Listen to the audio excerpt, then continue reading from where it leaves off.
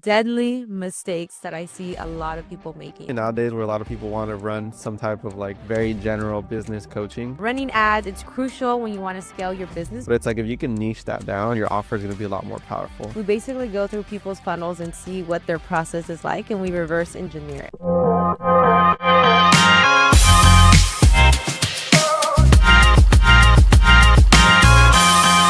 Welcome to the Great Marketing Podcast. Today, we're going to be talking about the biggest mistakes to avoid when running ads. So let's get into it. I know a lot of people are running ads. It's crucial when you want to scale your business, but there are some deadly mistakes that I see a lot of people making. Let's talk a bit about some of the big mistakes we see people running, into trouble when they're running their ads. So mistake number one is having a weak offer. So this is a big one because you can run all the ads and creatives that you want, but if your offer isn't built to sell, then that's going to be probably one of the biggest problems. And it's funny because that's actually one of our interview questions when we hire media buyers, which is rank which of these is going to cause your ads to not perform. And offer ideally should be number one because that is probably one of the biggest issues. Yeah, you can have the best video creative, the best copy, but if what you're selling, you don't have a great offer, it's not going to sell. Yeah, which is why Alex Hormozy wrote a whole book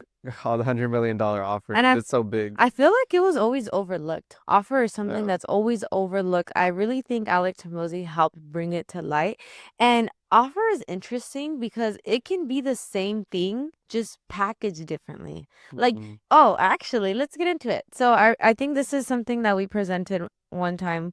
If there's two lemonade stands and one person says fresh, organic, hand squeezed lemonade versus water with sugar, you're going to go with the fresh, organic lemonade. It's the same thing, but the offer is different. It sounds different, right? It's like, wow, I have like this cold lemonade here. And I feel like sometimes people need to just repackage what they already have. Yeah, And say it differently and package the thing differently. Yeah, even another thing we recommend a lot is niching down the offer, like figuring out a way to niche down, like especially nowadays where a lot of people want to run some type of like very general business coaching. But it's like if you can niche that down, your offer is going to be a lot more powerful. And we've proven this because we've had so many people that come to us and they're like, they have success in their business and they're like, I want to be a business coach. And we tell them it's better to niche down. And they're like, no, like I don't want to niche down. Like I want to be a business coach. And we're like, okay. And we've seen it time and time again.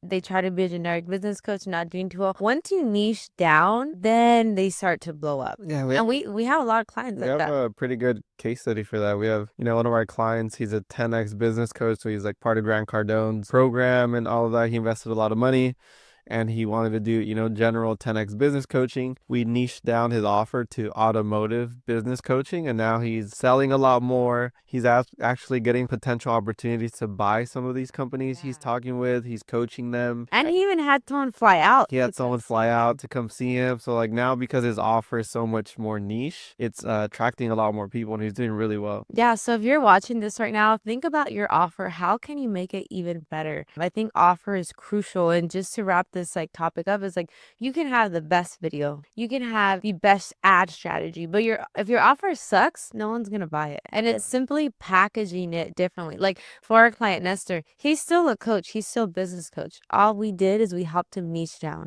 and we helped package it prettier, and now he's selling tons. And then there's so many different ways you can package your offer. Is it a 3-month program? Is it a 6-month program? Is it one-on-one personalized? There's like a lot of ways you can set it up where it's gonna build to sell. And then another thing is there's like even little tactics you can do, just adding scarcity, adding urgency, countdowns anytime, adding risk reversals, guarantees, stuff like that all helps your offer. Yeah, especially with people who do any type of coaching, their offer needs to be solid. Because when you're doing coaching, you're basically selling air.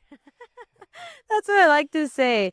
And your offer is one of the most important parts, and it's often overlooked. I would say that's a huge mistake. So make your offer so good people feel dumb saying no. Exactly. And it's even going into the details of like, is this a 3-month program or a 6-month program? Yeah, if you can make it a 3-month program, it kind of sounds better because you're going to get the results in 3 months versus 6 months.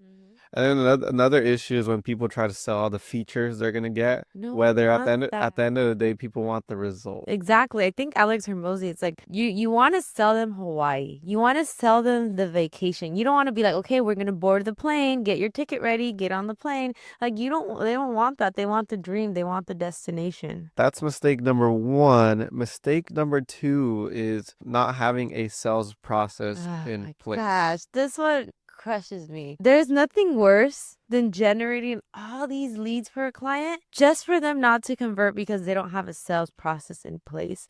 And I think people think that they're going to run ads and people are going to go on a landing page and pay thousands of dollars on their own. If you're going to be running ads to a low ticket product, yeah, they'll buy. If you want high ticket, there needs to be a salesperson involved. A lot of the times people try to be their own salesperson and they're not calling the leads. They're not following 7 to 10 times. They're not calling within the 5 minute gap. And then why aren't these closing? It's like you caught them like days later. They don't know who you are. But yeah, okay, I'll go more into it. But Yeah, I think this is it's probably one of the biggest exhausting. issues we see where Yeah, people are like, I'm just gonna start running ads and make a ton of money. But then they start running ads, and what happens is you uncover problems along the way, which is great. which is great. But one of the problems is gonna be, oh shoot, like we actually don't have a sales process in place that actually works on cold traffic. Yes, Or cold traffic. That's the key. yeah, A lot of people are like, I have a great offer. My product is awesome. My followers on Instagram are buying for me. My friends and family want to do what I want to do.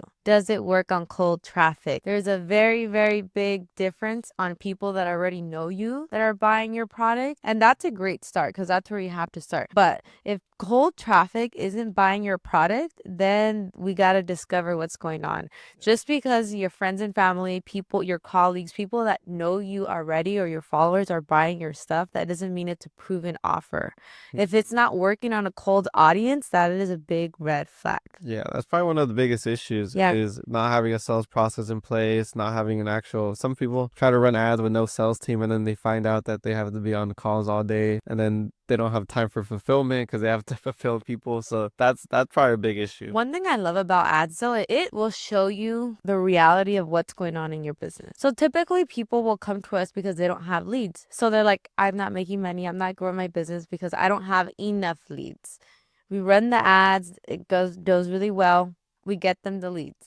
Then we discover another issue. They have a sales issue. They're like, we don't have sales. People are not following up. These leads are not converting. Then they solve that. They don't have a sales issue. You know what comes after that? You already know. A fulfillment issue. They're going to have all these sales. They have the leads and then they have a fulfillment issue. And then that's a different story on how you can scale that up. But people want to like solve all of their business challenges in 1 month with us. Like this takes time and you have to be able to go through the struggles of having a sales issue, of having a fulfillment issue if you really want to scale. Like you can't solve all three at once because they get undiscovered as you go. But the first step is having a leads issue.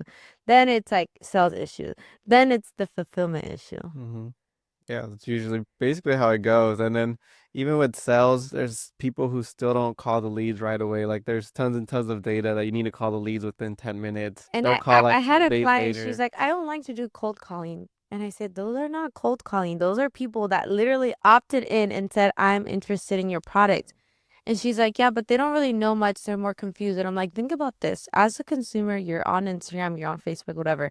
You see something you're really interested in. So you're like, opt in. Let's say you don't get it. No one calls you after that or anything. 4 days later, someone calls you. Hey, I saw you opted in for my ad. You're gonna be like, which ad? For what?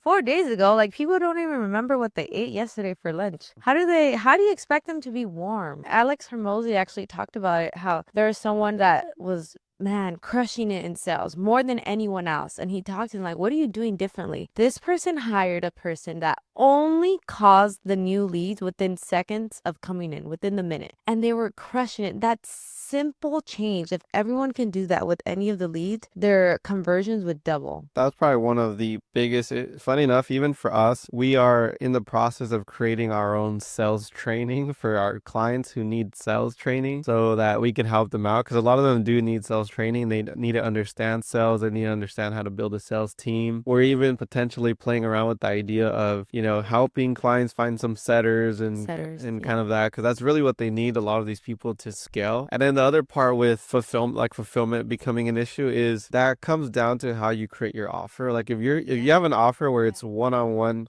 coaching, and then you have 20 people sign up, and now you have one-on-one hour calls with everyone, then and you still have to run the business and sales and all of that, then yeah, that's when you get to issues. But it really comes down to how you set up your offer that's See, that's why scalable, offer is so important. and then having a process where you can close cold traffic. Yes, and I think the great thing about like great marketing AI when clients work with us is there's a lot of marketing agencies, but you are so good at systems and processes. Like I would say besides marketing, that's like your second bread and butter. So with a lot of our clients, yeah, they come in for marketing, but then you're also helping them with their systems and making sure things are being fulfilled and how it can be scalable. So I think that's a really, really crucial part within our company that is unique because of your background. Mistake number 3 is, if you like this episode, don't forget to like and subscribe. And if you're a business owner or content creator looking to grow, then work with our marketing agency. You can use a link below or go to greatmarketing.ai. you're talking to the wrong audience. So if you're trying to sell steak to vegetarians, then no marketing hack is going to save you. Not the offer, nothing. So that part is really important, is really figuring out your targeting. So I think besides the offer, it's like once you understand your offer, that should be the first thing, right? People nail down. Yeah, and there's a really good book. It's called The One-Page Marketing Plan, and it's really good. And besides the offer, after you understand your offer, the next thing after that is who to target. And you need to know exactly like where, where they live, what type of education, their demographics, psychographics, all of that is super important. So targeting the right person. And what's really cool is that on Facebook, you could get pretty detailed on who you target. You can target like top 10% zip codes. You could target, they just recently moved into a new home, or they just recently got married. Like you could target all of these things. So knowing how to target is super important. Yeah, and one thing clients will always ask us is like, where should I be running ads? And it's like, where does your ideal client live? Are they an older crowd? Are they on Facebook? Are they a younger crowd on TikTok? Another thing is like TikTok is a younger demographic, so it might be a little harder to sell them a really high ticket product. Not saying it's impossible, but if you're selling something professional, IT services, LinkedIn is going to be best. Knowing where your ICP lives and where they're on is also very, very crucial. Yeah, that's a really good point. Like if you're doing B2B, you might want to go on LinkedIn versus TikTok, where everyone's young. You're not going to sell IT services on TikTok. I mean, could, but so really,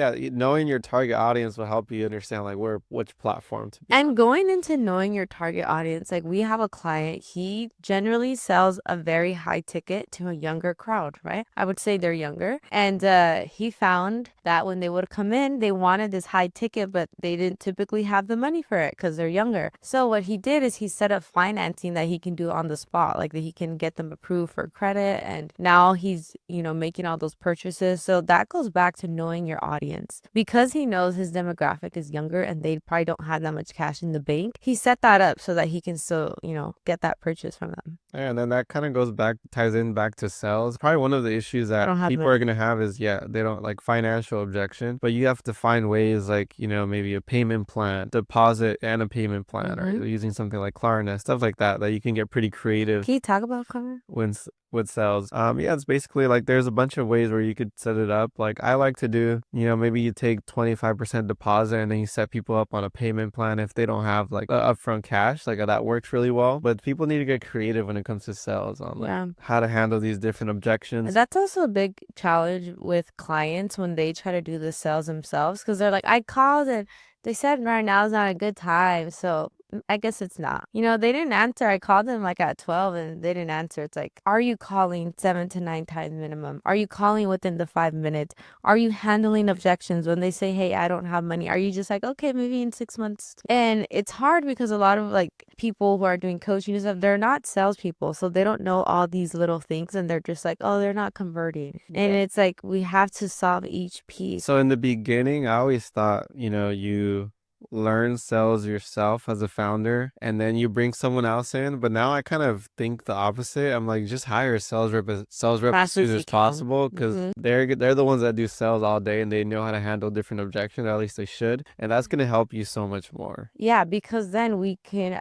help scale their ads. And if you have a good salesperson, like it's like a plane. You have the marketing, you have the sales, you have the engine, which is the systems, processes, and fulfillment. And once you have marketing and you have a good sales team, like that's gonna create a really big fire. Yeah. And another little tips for targeting, like on our side on Meta, one of my favorite targeting is like top zip codes. So you could target like if you Because we like if run you don't ads for if you for don't high want broke people and coming in and just target zip codes. You could do that on Meta. So top 5% zip codes, top 10% zip codes, and that Any other tips? works pretty well. That's probably one of the biggest ones. The zip code one is a really nice But hack. it seems like time and time again, like the book by Alex Hermosi, $100 Million Offer, is really, really important. And the other book you recommended? The one page marketing. Yeah. So if you're a coach, if you have an offer, read that book and go through it. Go through it, think about your offer, read the book, and I bet at the end you're gonna make some changes. Oh, so actually on the, not getting broke people is targeting the zip codes is important. And then also in your form, you can add a conditional. So like if someone's, yeah, that's like, Yeah, this is a good one. what's your marketing budget? And if it's under, $100, whatever it is, you can disqualify them automatically. And then that tells Facebook like to not get me those leads and get me more of these other people Which that have we a always bigger do budget. that, yeah. Yeah. So those are two little tips on targeting. Mistake number 4 is this is kind of ties back into the other one, but it's not having a follow-up process and not having enough touch points. So with this one, basically 80% of sales happen after the 5th follow-up. Like there's tons of data on this, and people will usually follow up once or twice and then give up. So part of it's calling, but it's also the touch points are like what emails do they get after, what text messages do they get after, are they added to an email sequence? That's super People powerful. need a minimum of 7 to 9 hours of content because the biggest thing, especially with coaches or businesses that we help, is there's a really big trust issue going on the internet. People don't trust you, and people are like, oh, it's just they're skeptical. One thing that really helps, and I know helps us, is your YouTube content. People will get on sales calls and they're like, oh yeah, I ended up watching all your YouTube videos, and that builds a lot of trust. That's hours on hours. Like think about how many short form reels they have to watch compared to 2 long form videos of you, and they're like, man, this guy knows his stuff. They've already been warmed up. So whatever you're selling, you should be posting content about it, not just short but long form as well. And then here are 3 signs that your follow-up is weak. Number 1 is you're only sending 1 to 2 emails and then ghosting them. So not having enough emails. Emails are super powerful, which I think we'll touch on a little later. You're only using one channel, so you don't have retargeting. You don't have email follow-ups or even text. Or call. Like so many people will call them twice. They didn't answer, or they're busy, or they're not interested. It's like, man, they need 7 to 9 calls. Or one of our clients likes to say till they die. The third one is your follow-ups feel spammy instead of valuable. Yeah. So even for our email sequences, like even for our own email sequences, we lead with value. Yep. Like just I would say 80% value and then 20% like actually pitch your product. It's like jab, jab, jab, hook. Those are all 3 common mistakes. We do a lot of our emails. We do case studies as well, because people are like, oh wow, I'm making 10K. I want to hit over 100K. They help someone like me do it in their email.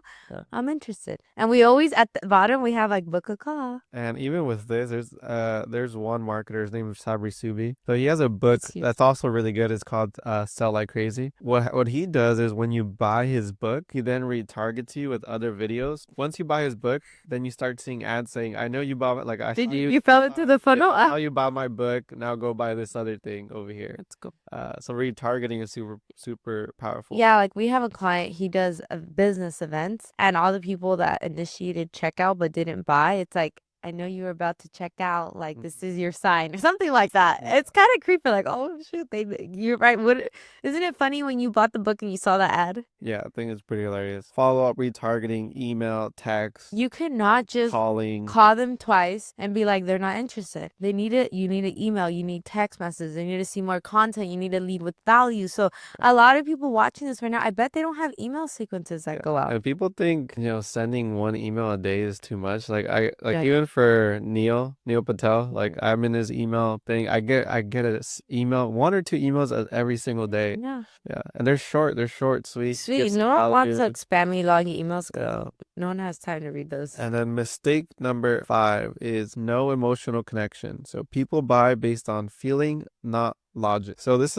is one that we've been trying to implement a lot more, is focusing on stories. 'Cause Storytelling. storytelling, story sell, right? Focusing more on storytelling in our marketing, in our messaging, all of that. Even in the way we write scripts, we try to make them more funny, more adding some story in there. So that's one thing we're doing on our end when it comes to that. And then the other thing is like people don't buy products, they buy stories, they buy feelings, they buy outcomes, the People, results. especially if you're selling like something like a one-on-one coaching Yeah. or a weekly coaching call, but people don't like you, they don't want to sit. It doesn't matter how good your product is. They don't want to sit with you. You have to create a relatable story. Especially, let's just say you're a fitness coach. You can't just be like, I've been in shape since I was like 12. Everyone's going to be like, oh, I don't relate to that story. Yeah. But if you're like, I was overweight, I had diabetes, I would like eat poorly, and like I changed my life, and like now I have like a amazing wife and like X, Y, and Z. That's relatable to a lot of people. That's storytelling. Yeah. It's like,